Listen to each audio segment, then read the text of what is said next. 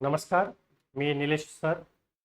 स्वागत करतो आपलं पायोनियर अकॅडमी या यूट्यूब चॅनलवर. आज इयत्ता 10वीचा सायन्स या विषयाचा पहिला जो चॅप्टर आहे ग्रॅव्हिटेशन, फिजिक्सचा पहिला चॅप्टर ग्रॅव्हिटेशन, याला आपण सुरुवात करत आहोत. आय होप की तुमच्या शाळेमध्ये हा चॅप्टर शिकवला गेला असेल. बऱ्याच शाळांमध्ये हा पहिला चॅप्टर शिकवला गेलेला असेल. तर जर तुम्ही आपल्या चॅनलवर नवीन असाल तर आपल्या चॅनलला सबस्क्राईब करा आणि चॅनलच्या समोर जे बेल आयकन आहे त्यालाही प्रेस करून द्या, जेणेकरून या सिरीजमधले जे पुढचे व्हिडिओ येतील त्याच्या नोटिफिकेशन तुम्हाला मिळतील. आणि आपल्या मित्रांना सुद्धा हा व्हिडिओ शेअर करायला विसरू नका. तर वेळ वाया न घालवता सुरू करूया पहिल्या चॅप्टरला, ग्रॅव्हिटेशन हा चॅप्टर. What is gravitation?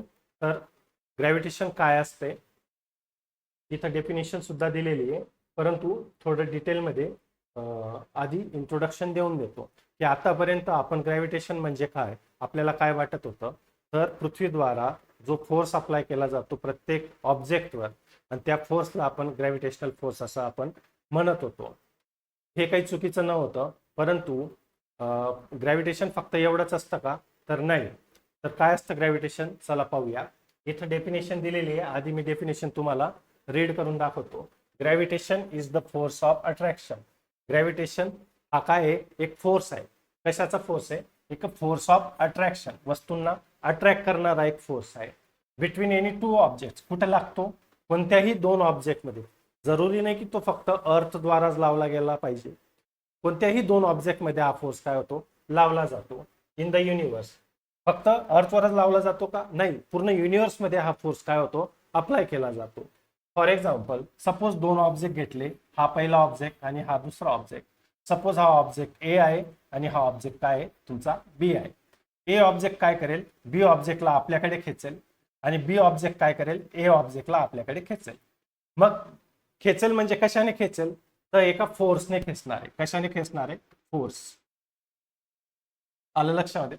एका फोर्सने तो ऑब्जेक्ट काय करेल? दुसऱ्या ऑब्जेक्टला खेचेल, आणि त्या फोर्सलाच आपण काय म्हणूया? ग्रॅव्हिटेशन असं म्हणूया. म्हणजेच काय? ग्रॅव्हिटेशन एक असा फोर्स असतो जो काय करतो? ऑब्जेक्टला आपल्याकडे अट्रॅक्ट करतो. फॉर एक्झाम्पल, या रूम मध्ये मी आहे आणि या रूम मध्ये अजून भरपूर सारे ऑब्जेक्ट आहेत. हा बोर्ड आहे, लॅपटॉप आहे, कम्प्युटर आहे, कॅमेरा आहे, ट्यूबलाइट आहे, फॅन आहे, सगळ्याच गोष्टी आहेत. तर आम्ही काय करतो? या सगळ्या वस्तू इन्क्लुडिंग मी आणि मी सुद्धा, आम्ही एकमेकांवर एक फोर्स अप्लाय करतोय आणि एकमेकांना आपल्याकडे खेचण्याचा प्रयत्न करत आहे. फॉर एक्झाम्पल, हा बोर्ड मला खेचण्याचा प्रयत्न करतोय, मी या बोर्डला माझ्याकडे खेचतोय. मग आम्ही जे खेचतोय एकमेकांना किंवा ओढण्याचा प्रयत्न करतोय, ते एका फोर्स च्या मदतीने ओढण्याचा प्रयत्न करत आहेत, आणि त्या फोर्सलाच काय करूया आपण? ग्रॅव्हिटेशन असं म्हणूया. मग ग्रॅव्हिटेशन काय असतो? एक असा फोर्स असतो जो दोन वस्तूंमध्ये लावला जातो, आणि दोघही वस्तू काय करतात? दुसऱ्या वस्तूला आपल्याकडे ओढण्याचा प्रयत्न करत असतात, आणि ज्या फोर्सने ते आपल्याकडे दुसऱ्या वस्तूला खेचतात त्या फोर्सलाच आपण ग्रॅव्हिटेशनल फोर्स असं म्हणू किंवा ग्रॅव्हिटेशन असं म्हणू. या इथं झाली तुमची डेफिनेशन, पण अजून मी काही पॉइंट्स इन्क्लूड केलेले आहेत, थोडी त्याविषयी चर्चा करूया. इम्पॉर्टंट पॉइंट्स कोणते आहेत? Gravitation is a universal force. हा कसा फोर्स आहे? हा एक युनिव्हर्सल फोर्स आहे. युनिव्हर्सल म्हणजे हा फक्त अर्थवरच पाहायला मिळतो का? तर नाही. हा फोर्स तुम्हाला प्रत्येक प्लॅनेटवर पाहायला मिळेल, सगळ्या युनिव्हर्समध्ये पाहायला मिळेल. फरक फक्त एवढा आहे, कुठे कमी प्रमाणात पाहायला मिळेल तर कुठे काय होईल? जास्त प्रमाणामध्ये पाहायला मिळणार आहे. It acts between all object having mass. कुठे अप्लाय केला जातो? फॉर एक्झाम्पल, इथं दोन ऑब्जेक्ट घेतले होते मी, ए आणि बी, हे दोन ऑब्जेक्ट आहेत, बरोबर आहे. आता हा जो फोर्स आहे या दोघं ऑब्जेक्ट मध्ये काय होईल? अप्लाय केला जाईल. पण केव्हा अप्लाय केला जाईल? जेव्हा दोघही ऑब्जेक्टला काय असलं पाहिजे? मास असलं पाहिजे. फॉर एक्झाम्पल, ए या ऑब्जेक्टचं मास M1 मानूया, आणि बी या ऑब्जेक्टचं मास काय मानूया? M2 मानूया. म्हणजेच काय? ग्रॅव्हिटेशनल हा एक असा फोर्स आहे जो काय करतो? एका ऑब्जेक्टला आपल्या दुसऱ्या ऑब्जेक्टला आपल्याकडे ओढतो. म्हणजे एका ऑब्जेक्टद्वारा एक फोर्स अप्लाय केला जातो. का केला जातो? दुसऱ्या ऑब्जेक्टला आपल्याकडे खेचण्यासाठी. पण कोणत्या दोन ऑब्जेक्ट मध्ये हा फोर्स राहणार आहे? तर ज्या ऑब्जेक्टला काय आहेत? त्यांचे मास आहेत, बरोबर आहे. मग असे ऑब्जेक्ट ज्यांना स्वतःचं काहीतरी मास आहे ते काय करतात, दुसऱ्या ऑब्जेक्ट ज्याचं स्वतःचं काहीतरी मास आहे त्या ऑब्जेक्टला आपल्याकडे ओढण्याचा प्रयत्न करतात आणि ज्या फोर्सने ते आपल्याकडे ओढतात त्या फोर्सला ग्रॅव्हिटेशनल फोर्स असं म्हणायचं. त्याच्यानंतर तिसरा जो पॉइंट आहे, it acts not only on earth. हा फक्त अर्थवरच ऍक्ट होतो का, तर नाही. कुठे ऍक्ट होतो, थ्रू आउट द युनिव्हर्स. हा पूर्ण युनिव्हर्स मध्ये तुम्हाला पाहायला मिळणार आहे. त्यानंतर it is responsible for the motion of planets, moons and satellite. हा जो फोर्स आहे याच्याचमुळे तुम्हाला सगळे जे प्लॅनेट्स आहेत ते रिव्हॉल्व करताना पाहायला मिळतील. फक्त प्लॅनेट्सच रिव्हॉल्व करतील का, नाही. तसं जेवढेही मून्स आहेत, फॉर एक्झाम्पल अर्थला एक मून आहे, बाकीचे अजूनही प्लॅनेट्स आहेत त्यांना स्वतःचे काहीतरी मून्स आहेत. आपण आर्टिफिशियल सॅटेलाइट पाठवलेले आहेत, ते सुद्धा काय करतायत, अर्थच्या अवतीभोवती फिरतायत.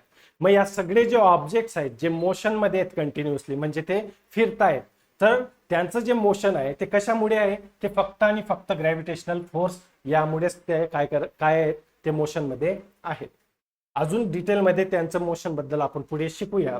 पण इथे एक एक्झाम्पल दिलेलं आहे, द अर्थ attracts all object towards its centre.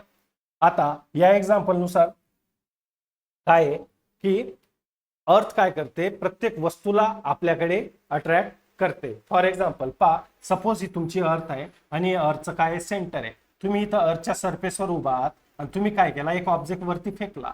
हा ऑब्जेक्ट वरती ट्रॅव्हल करत जाईल आणि हळूहळू त्याचा स्पीड कमी कमी होत जाईल आणि एका स्टेजला तो काय होऊन जाईल, थांबून जाईल.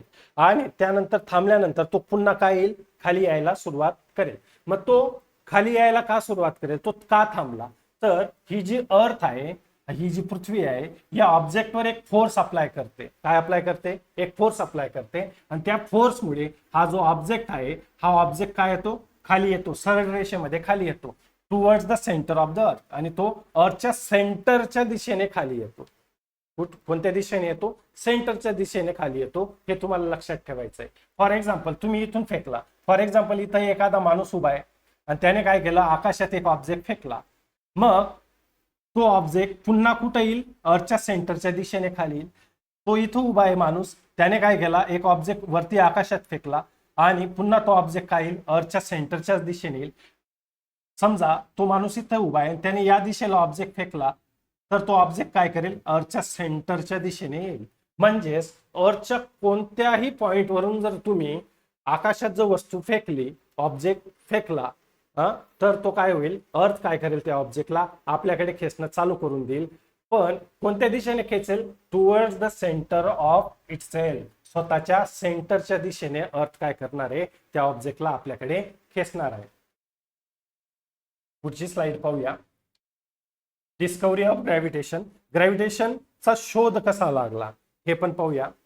मी काय करणार आहे, या चॅप्टरचा जो या व्हिडिओचा जो डिस्क्रिप्शन बॉक्स असेल त्यामध्ये या ज्या नोट्स आहेत त्याची लिंक टाकून देईल. तिथून तुम्ही या नोट्स काय करू शकतात, डाउनलोड करू शकतात आणि तिथून तुम्ही स्वतःच्या या ज्या नोट्स आहेत या अभ्यासासाठी तुम्ही वापरू शकतात. Discovery of gravitation. कोणी ग्रॅव्हिटेशनचा शोध लावला होता, न्यूटनने ग्रॅव्हिटेशनचा शोध लावला होता. सर आयझॅक न्यूटन हे त्यांचं नाव होतं. Newton observed an apple falling from a tree. एके दिवशी एका झाडाखाली न्यूटन बसलेला होता आणि त्या झाडाला एक ऍपल लागलेलं होतं आणि ते ऍपल त्याच्या समोर खाली येतं. आणि मग त्याने काय ऑब्झर्व केलं की एक जे ऍपल आहे ते खालच्या दिशेने आलं. He wondered why apple always fell down. आणि त्याच्या मनामध्ये एक प्रश्न पडला की ऍपल खालच्याच दिशेने का आलं. हे ऍपल जे होतं तुटल्यानंतर हे सरळ रेषेत जाऊ शकत होतं, सरळ रेषेत या दिशेने जाऊ शकत होतं, हे वरतीही जाऊ शकत होतं, हे तिरकस असं खाली येऊ शकत होतं, ते कोणत्याही दिशेला जाऊ शकत होतं 360 या अँगलने. पण ते नेहमी सरळ रेषेत खालीच का येतं, हा प्रश्न न्यूटनला तिथं पडला. He asked why it did not move sideway or upward. त्याने विचार केला की हे जे ऍपल आहे ते साईडला का नाही पडलं किंवा सरळ का नाही गेलं, हा प्रश्न त्याच्या मनात आला. This observation led him to think about the force acting on the apple. आणि याच प्रश्नामुळे त्याला विचार करायला भाग पाडलं की अशी कोणती तरी ताकद आहे, अशी कोणती तरी गोष्ट आहे या अर्थमध्ये जी काय करते, प्रत्येक वस्तूला आपल्याकडे काय करते, खेचते. आणि याच प्रश्नाच्या माध्यमातून त्याने ग्रॅव्हिटेशनचा काय केला, शोध लावला. कंक्लुजन काय, the earth attracts the apple towards itself. मग कन्क्लुजन काय काढलं की अर्थ काय करते, हे जे ऍपल झाडावरून खाली पडतंय, ऍपल जेव्हा झाडाखालून, फॉर एक्झाम्पल हे झाड आहे आणि या झाडावरून जेव्हा ऍपल खाली पडतं, तर न्यूटनने लक्षात ठेवलं की हे जे सेंटर आहे अर्थचं, तर हे ऍपल जे आहे सेंटरच्या दिशेने खाली येत आहे. Why does an apple fall down, apple खालीच का पडलं, अजून थोडं डिटेलमध्ये एक्सप्लेनेशन आहे. The earth exert an attractive force on the apple, earth काय करते, त्या ऍपलवर एक अट्रॅक्ट करणारा फोर्स अप्लाय करत असते. This force acts toward the centre of the earth, आणि हा जो फोर्स असतो अर्थच्या सेंटरच्या दिशेने लागत असतो. कोणत्या दिशेने लागत असतो, सेंटरच्या दिशेने. हा, हे फार महत्वाचं आहे. Therefore apple falls vertically downward, आणि म्हणून जे ऍपल असतं ते व्हर्टिकली सरळ रेषेत खाली येतं. की point, the direction of gravitational force is always toward the centre of the अर्थ. याच्यावरून एक गोष्ट लक्षात येते की जी अर्थ आहे, अर्थ जो ग्रॅव्हिटेशनल फोर्स अप्लाय करतो हा सेंटरच्या दिशेने काय करतं, अप्लाय करत असते. आलं लक्षामध्ये, या उदाहरणावरून आपल्या लक्षात आलं की अर्थ जोही फोर्स अप्लाय करते कोणत्याही ऑब्जेक्टवर, तो कोणत्या दिशेने अप्लाय करते, तिच्या सेंटरच्या दिशेने अप्लाय करत असते. Gravitational force between earth and moon, आता तुम्हाला सगळ्यांना माहिती आहे, मागच्या क्लासेसमध्ये शिकले आहात तुम्ही की ही अर्थ आहे आणि अर्थच्या अराउंड तुमचा मून काय करतोय, फिरतोय, रिव्हॉल्व करतोय. आलं लक्षामध्ये. मग अर्थ काय करते, त्याच्यावर एक फोर्स अप्लाय करून ठेवलाय अर्थने आणि त्याला बांधून ठेवलंय आणि तो अर्थच्या चौफेर काय करतोय, फिरतोय. The earth attract the moon, अर्थ काय करत असते, या मूनला आपल्या सेंटरच्या दिशेने काय करते, अट्रॅक्ट करून ठेवते. The moon also attract the earth, पण फक्त अर्थच अट्रॅक्ट करते का मूनला, नाही. मी जेव्हा ग्रॅव्हिटेशन हा कन्सेप्ट तुम्हाला या व्हिडिओच्या सुरुवातीला समजवत होतो तेव्हा तुम्हाला सांगितलं की प्रत्येक वस्तू काय करते, प्रत्येक दुसऱ्या वस्तूला एका फोर्सने खेचते. जशी अर्थ मूनला आपल्याकडे खेचत आहे, अगदी त्याच पद्धतीने मून सुद्धा काय करतोय, अर्थला आपल्याकडे अट्रॅक्ट करत आहे. This mutual attraction is called gravitational force, आणि हे जे म्युच्युअल अट्रॅक्शन आहे, हे दोघं जे एकमेकांवर फोर्स लावतायत यालाच ग्रॅव्हिटेशनल फोर्स असं म्हणत असतात. इम्पॉर्टन्स काय, it keeps the moon in its orbit around the earth, आणि या फोर्समुळेच हा जो मून आहे, सपोज अर्थने काय केलं, ग्रॅव्हिटेशनल फोर्स अप्लाय केलं, सोडून दिलं, तर हा मून कंटिन्युअसली असा रोटेट करेल का, नाही. हा काय करेल, सरळ रेषेत निघून जाईल. काय होऊन जाईल, सरळ रेषेत निघून जाईल. तो अर्थच्या अवतीभोवती फिरणारच नाही. मग तो जर अर्थच्या अवतीभोवती फिरतोय तर कशामुळे फिरतोय, कारण की अर्थने त्याच्यावर एक फोर्स अप्लाय करून ठेवला आहे आणि अर्थ काय करते, त्याला आपल्याकडे खेचून धरते, ज्यामुळे मून काय करतोय, अर्थच्या अराउंड रिव्हॉल्व करतोय. आलं लक्षामध्ये. It plays an important role in the earth moon system, आणि अर्थ मून जी सिस्टम आहे त्याच्यामध्ये ग्रॅव्हिटेशनल फोर्सचा एक महत्वाचा रोल आहे. कदाचित ग्रॅव्हिटेशनल फोर्स जर नसता तर तुमचा जो मून आहे तो अर्थच्या अवतीभोवती फिरलाच नसता. Is is gravitation limited to अर्थ,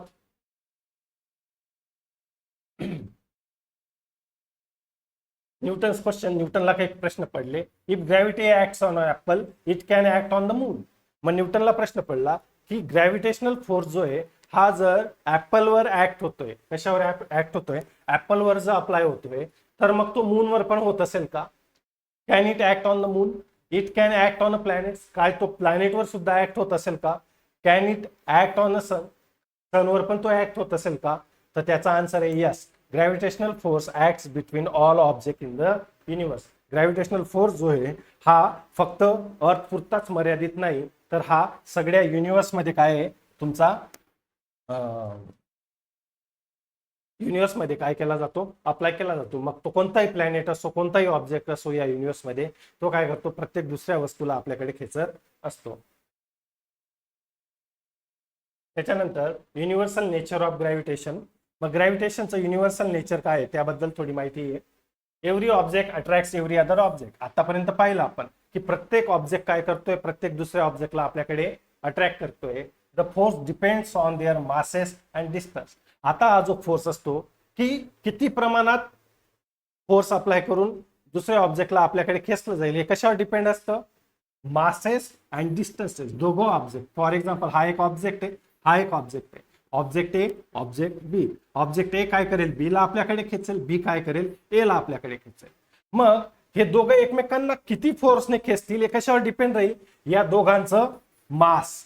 कशावर डिपेंड राहील, या दोघांचं मास आणि या दोघांमधलं जे डिस्टन्स आहे डी त्याच्यावर डिपेंड राहील. आलं लक्षामध्ये.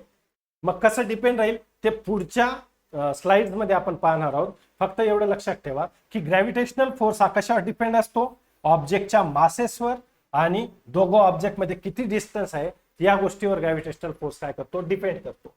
Gravitation exist everywhere in the universe. Already आपण याविषयी डिस्कस केलेलं आहे की ग्रॅव्हिटेशन हा जो फोर्स आहे हा युनिव्हर्स मध्ये प्रत्येक ठिकाणी काय केला जातो, अप्लाय केला जातो. एक्झाम्पल, अर्थ अँड मून मध्ये ग्रॅव्हिटेशनल फोर्स तुम्हाला पाहायला मिळेल.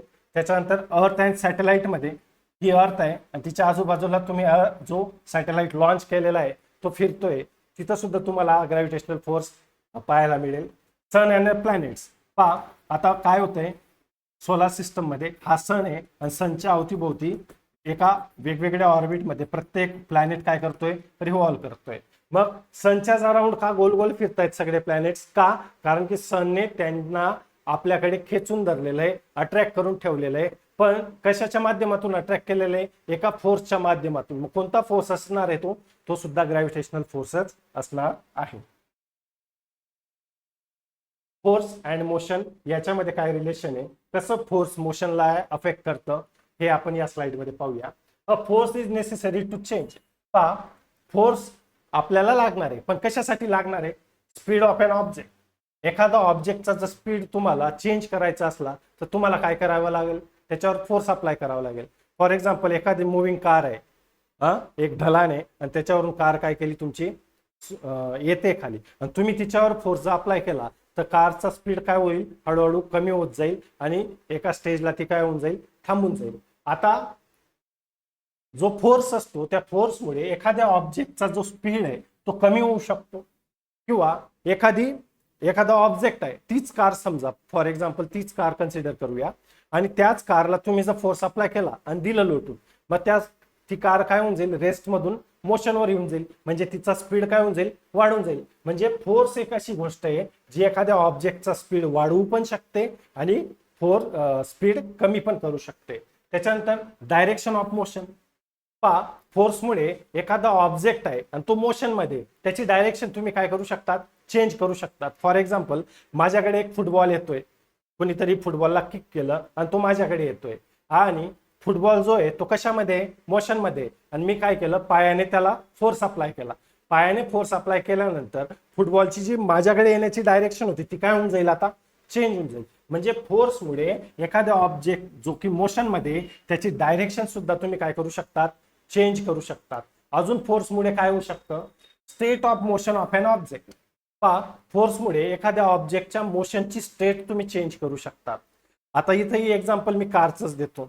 का, एखादी कार रेस्ट मध्ये आहे, थांबलेली आहे आणि तुम्ही तिच्यावर फोर्स अप्लाय केला तर ती काय होईल, चालायला लागेल. म्हणजे फोर्समुळे जो ऑब्जेक्ट रेस्ट मध्ये होता, थांबलेला होता, तो आता कशामध्ये आला, मोशन मध्ये आला. किंवा एखादा ऑब्जेक्ट आहे, फॉर एक्झाम्पल तीच कार येते मोशन मध्ये आणि तुम्ही काय केलं, 2-3 जणांनी फोर्स अप्लाय केला आणि ती काय होऊन जाईल, आता थांबून जाईल. म्हणजे मोशन मध्ये असलेला जो ऑब्जेक्ट आहे तो रेस्ट मध्ये येऊन जाईल. मग फोर्स काय करतो, ऑब्जेक्टची जी स्टेट आहे, मग तो whether it is in motion और whether it is in a state of rest, तो मोशन मध्ये असू द्या किंवा रेस्ट मध्ये असू द्या, त्याची स्टेट बदलण्याची ताकद कुणामध्ये असते, फोर्समध्ये असते. मग एकंदरीत आपण या तिघही गोष्टी शिकलो. तर फोर्समुळे काय होते, ऑब्जेक्टची स्पीड चेंज होते. फोर्समुळे काय होते, ऑब्जेक्टची डायरेक्शन चेंज होऊ शकते. फोर्समुळे काय होऊ शकतं, ऑब्जेक्ट मोशन मध्ये असल्यावर रेस्ट मोशन मध्ये असलेल्या ऑब्जेक्टला रेस्ट मध्ये आणलं जाऊ शकतं किंवा रेस्ट मध्ये असलेल्या ऑब्जेक्टला मोशन मध्ये आणलं जाऊ शकतं. मी जेवढे एक्झाम्पल तुम्हाला दिले ते सगळे इथं मी इन्क्लूड करून ठेवलेले आहेत. पहा, effect of force, start motion रेस्टचा ऑब्जेक्ट मोशन मध्ये आणू शकतो. स्टॉप मोशनचा ऑब्जेक्ट रेस्ट मध्ये आणू शकतो. ऑब्जेक्टचा स्पीड वाढवू शकतो, ऑब्जेक्टचा स्पीड कमी करू शकतो आणि चेंज द डायरेक्शन. एखाद्या ऑब्जेक्टची डायरेक्शन सुद्धा आपण काय करू शकतो, चेंज करू शकतो. Newton's law of motion.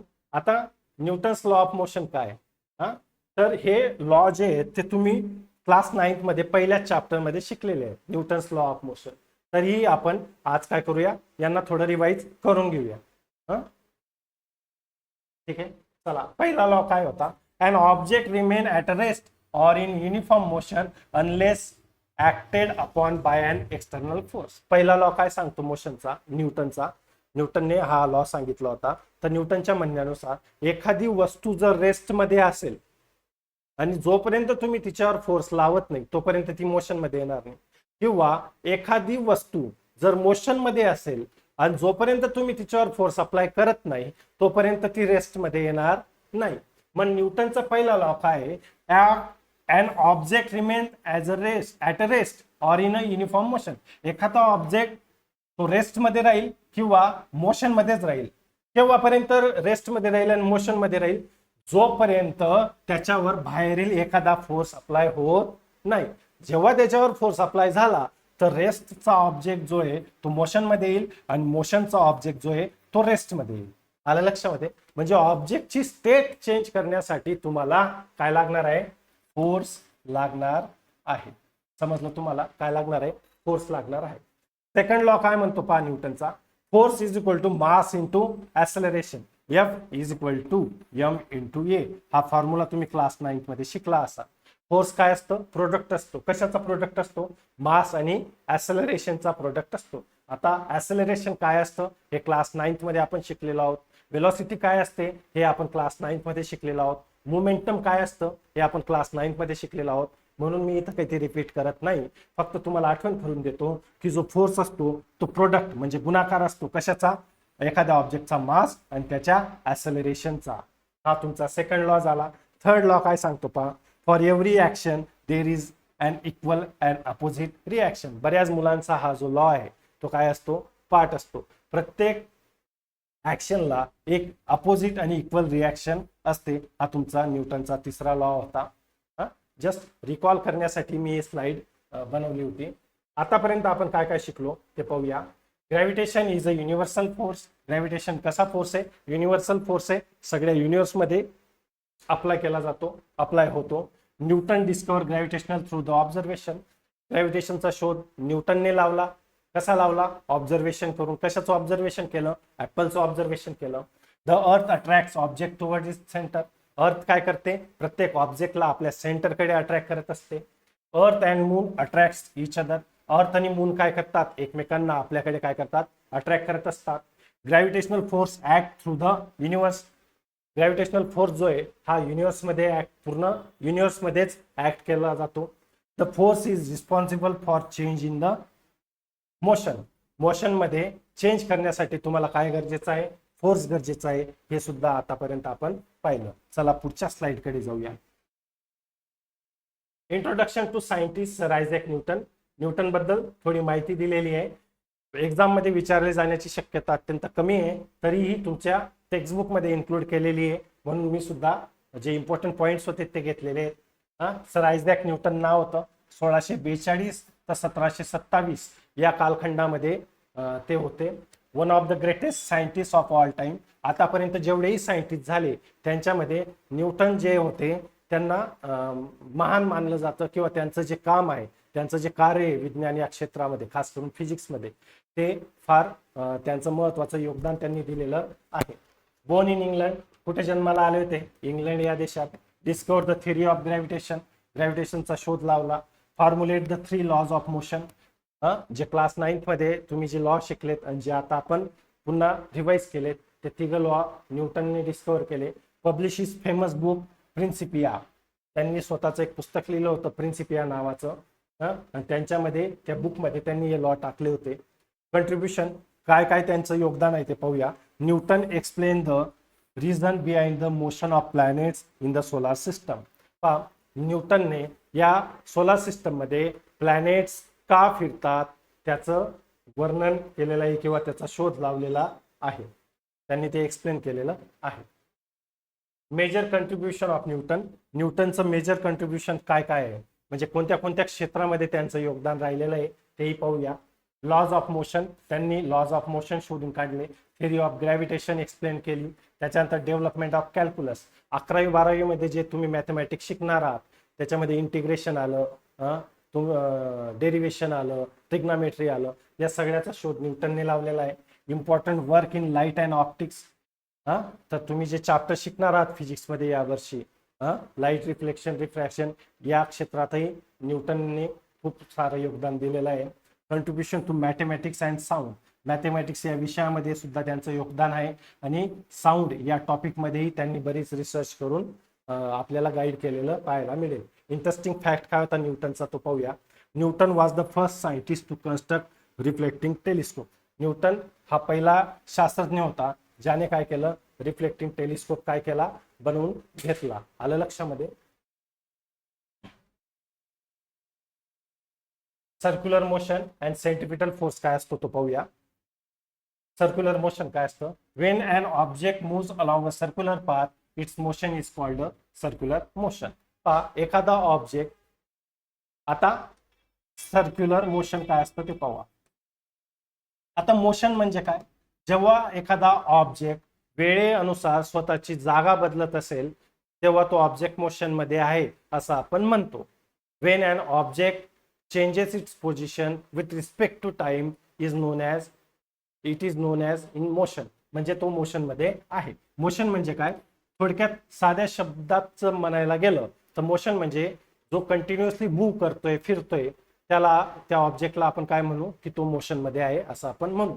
मग मोशन अनेक प्रकारचा असू शकतो. एखादा ऑब्जेक्ट सरळ लाईनीत मूव्ह करत असू शकतो. एखादा ऑब्जेक्ट सर्क्युलर पाथच्या अलाउंग काय करू शकतो, मूव्ह करत असू शकतो. मग असा ऑब्जेक्ट जो सर्क्युलर पाथच्या अलाउंग काय करतोय, मोशन मध्ये आहे, त्यालाच, त्या ऑब्जेक्टच्या मोशनला सर्क्युलर मोशन असं म्हणतात. मग डेफिनेशन काय सर्क्युलर मोशनची, when an object moves along a circular path. एखादा ऑब्जेक्ट ज्या सर्क्युलर पाथने मूव्ह करत असेल तर त्याचं जे मोशन आहे त्याला सर्क्युलर मोशन असं म्हणतात. मग इथं काही एक्झाम्पल दिले सर्क्युलर मोशनचे. पहिले, stone tight to a string and rotated. For example, एका दगडाला दोरी बांधा आणि त्या दगडाला काय करा, गोल गोल फिरवा. तो दगड जो फिरणार आहे तो कोणत्या पाथने फिरणार आहे, अलॉंग द सर्क्युलर पाथ, म्हणजे तो सर्कलच्या पाथने फिरणार आहे. मग दगडाचं जे मोशन असेल त्याला आपण सर्क्युलर मोशन असं म्हणू.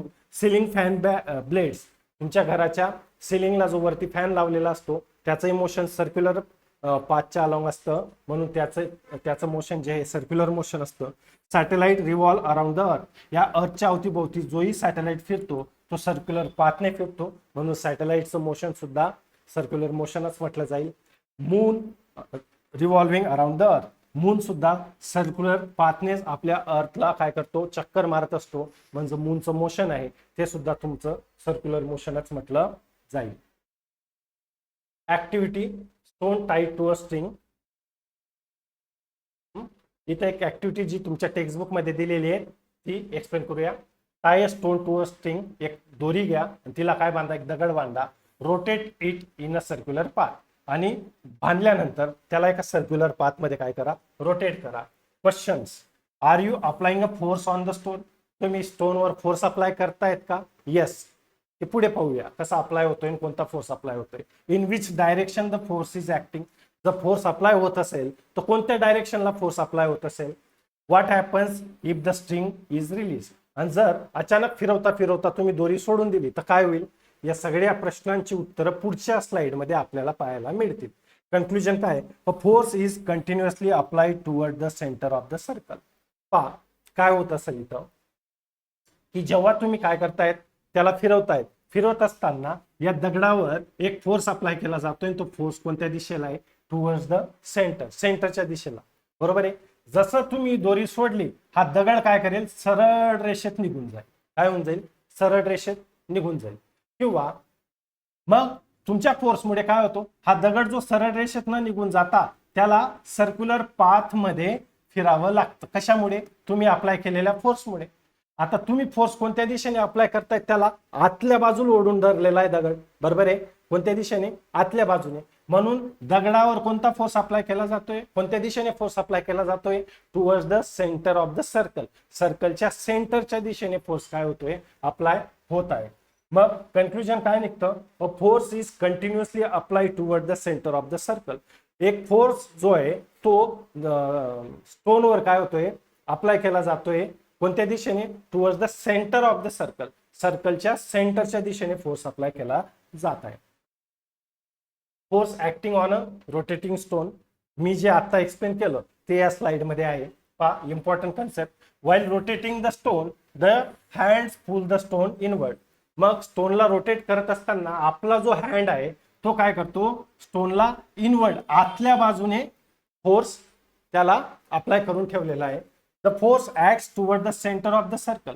फोर्स कोणत्या दिशेने ऍक्ट होतोय, toward the centre of the circle. सर्कलच्या सेंटरच्या दिशेने ऍक्ट होतोय. This force keep the stone moving in a circular path. आणि हा जो फोर्स आहे हा काय करतोय, तो स्टोन आहे त्याला सर्क्युलर पाथमध्येच काय करतोय, फिरवत आहे. आलं लक्षामध्ये.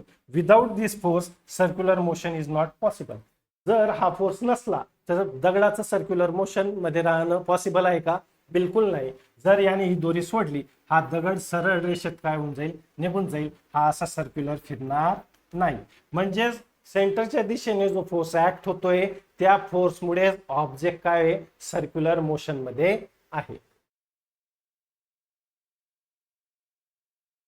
What happens Wien the string is release. मग काय होईल दोरी सोडली तर, Wien string is release centripetal force disappear. मग त्याच्यावर जो सेंटरच्या दिशेने लागणारा जो फोर्स आहे त्याला आपण काय म्हणूया, सेंट्रिपिटल फोर्स. बरोबर आहे. हा सर्कल आहे आणि या सेंटरच्या दिशेने त्या दगडावर जो फोर्स लागतोय त्याला सेंट्रिपिटल फोर्स म्हणूया. जर त्याने दोरी सोडली तर सेंटरच्या दिशेने लागणारा फोर्स लागणं बंद होऊन जाईल आणि काय होईल, the stone no longer follow the circular path. आणि हा दगड सरळ रेषेत येऊन जाईल आणि तो सर्क्युलर पाथ फॉलो करणार नाही. म्हणजे तो सर्क्युलर पाथ मध्ये फिरणार नाही. It moves in a straight line. तो दगड काय करेल, स्ट्रेट लाईन मध्ये निघून जाईल. रिझन काय आहे, the stone moves along the tangent to a circular path. तर जो स्टोन आहे तो सर्क्युलर पाथच्या, आता सर्कलची टँजेंट म्हणजे काय असते पहा. फॉर एक्झाम्पल सर्कल आहे आणि या सर्कलला जर मी एक लाईन ड्रॉ केली, हिला काय म्हणूया, टँजेंट म्हणूया. बरोबर आहे. मग दगड सुद्धा सर्कलच्या टँजेन्शियल जी स्ट्रेट लाईन असते त्या डायरेक्शनने काय करत असतो, मूव्ह करत असतो.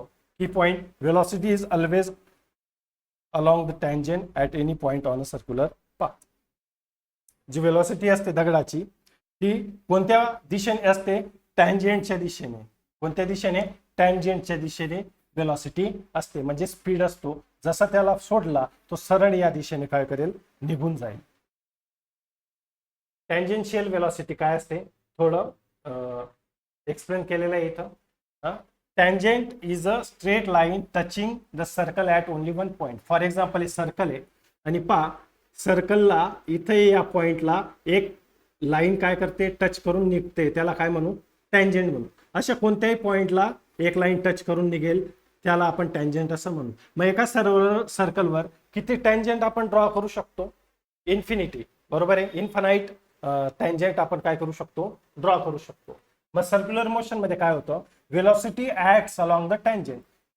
जो ऑब्जेक्ट आहे त्या ऑब्जेक्टवर वेलॉसिटी कोणत्या दिशेने ऍक्ट होते, अलॉंग द टँजेंट. आता फॉर एक्झाम्पल इथं दगड आहे, आलं लक्षामध्ये. मग या दगडाचा जो स्पीड आहे तो कोणत्या दिशेने, टँजेंटच्या दिशेने. बरोबर आहे. जर इथून फोर्स काढून टाकला फॉर एक्झाम्पल तर दगड याच दिशेने काय करून जाईल, तुमचा निघून जाणार आहे. Centripetal force acts toward the centre. आणि हा जो सेंट्रिपिटल फोर्स आहे हा सेंटरच्या दिशेने काय होत आहे, तुमचा ऍक्ट होत आहे. Important, velocity and centripetal force are perpendicular to each other.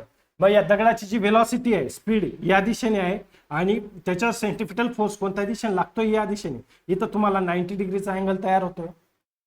म्हणजेच जी वेलॉसिटी असते स्टोनची आणि जो फोर्स असतो त्याच्यावर अप्लाय झालेला, हे एकमेकांना काय असतात, परपेंडिक्युलर म्हणजे 90 डिग्री मध्ये असतात. आलं लक्षामध्ये.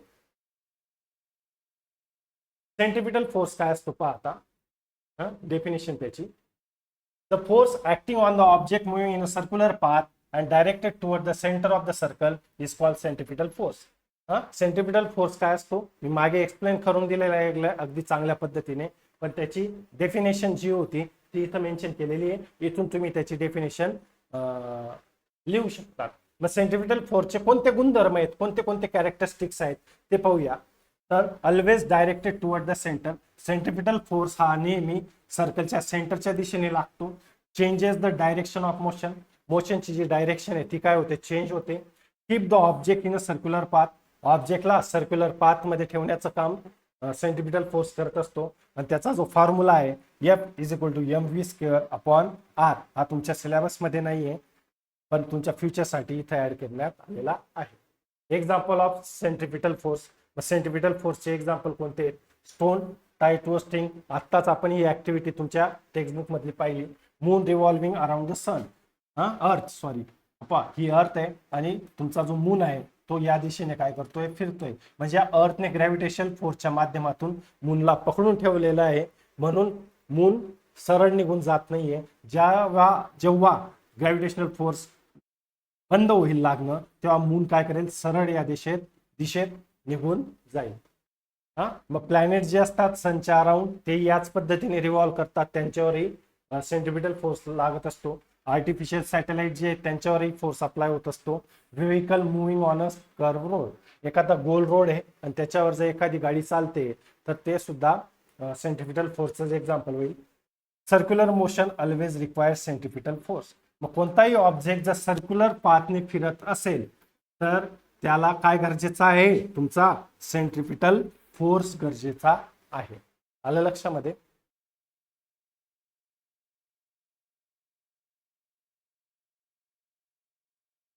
Moon revolving around the earth. Moon कसा अर्थच्या आजूबाजूला फिरतो ते पाहूया. The moon revolves around the अर्थ इन अ डेफिनाइट ऑर्बिट. एका फिक्स ऑर्बिटने मून काय करतो, अर्थच्या अवतीभोवती फिरत असतो. Its direction continuously changes. आणि प्रत्येक पॉइंटला मूनची डायरेक्शन काय होते, चेंज होते. आता पहा, ही अर्थ आहे फॉर एक्झाम्पल आणि मून असा फिरतोय.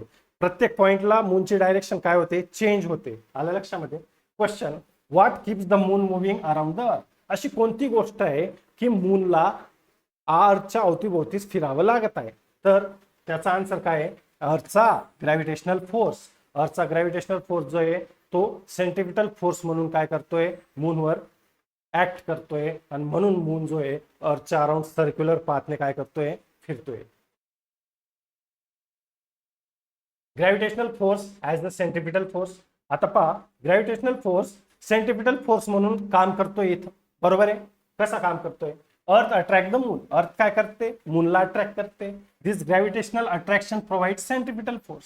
आणि हा जो ग्रॅव्हिटेशनल फोर्स आहे धरून ठेवलेला, आपल्याकडे खेचणारा फोर्स जो आहे तो सेंट्रिपिटल फोर्स म्हणून ऍक्ट होतोय. Therefore the moon remains in its orbit. आणि म्हणून जो मून आहे तो त्याच्या ऑर्बिट मध्येच काय करतोय, फिरतोय. आलं लक्षामध्ये?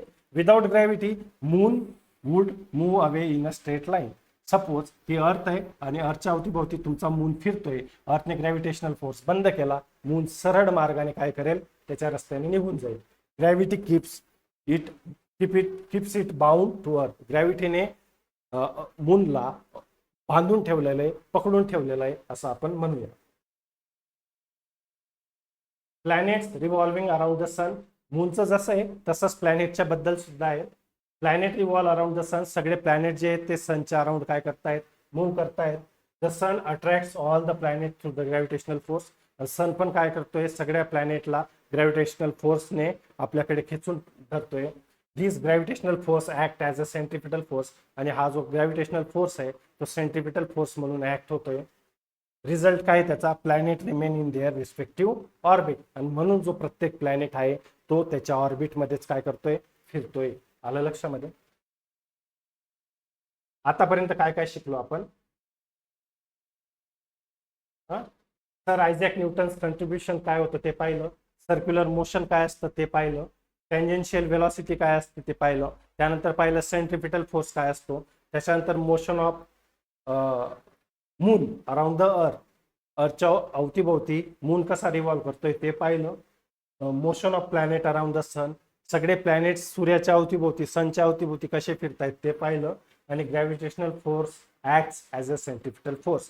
आणि कशा पद्धतीने तुमचा ग्रॅव्हिटेशनल फोर्स हा सेंट्रिपिटल फोर्स म्हणून काम करतोय ते सुद्धा पाहिलं. पुढच्या लेक्चरमध्ये, पुढच्या व्हिडिओमध्ये आपण काय कव्हर करूया, युनिव्हर्सल लॉ ऑफ ग्रॅव्हिटेशन जो कोणी दिलेला आहे, न्यूटनने दिलेला आहे, त्याविषयी चर्चा करूया.